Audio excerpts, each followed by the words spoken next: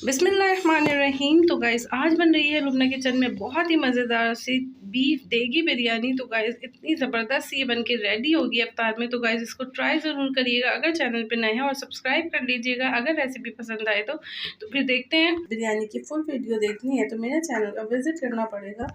तो गाइस मैंने बहुत ही ईजी और सिंपल तरीके से मैंने बनानी सिखाई है बीफ देगी बिरयानी। तो गाइस इसका मेरे चैनल का विज़िट ज़रूर करिएगा और अगर रेसिपी पसंद आए तो सब्सक्राइब कर लीजिएगा।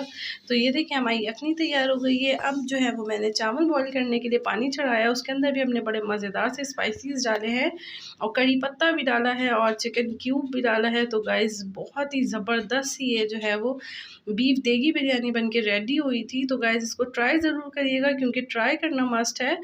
और अगर रेसिपी पसंद आए तो क्या करना पड़ेगा, चैनल सब्सक्राइब करना पड़ेगा। अल्लाह हाफ़िज़। मिलते हैं कोई दोबारा से क्विक एंड ईज़ी और ऑथेंटिक रेसिपी के साथ। अल्लाह हाफ़िज़।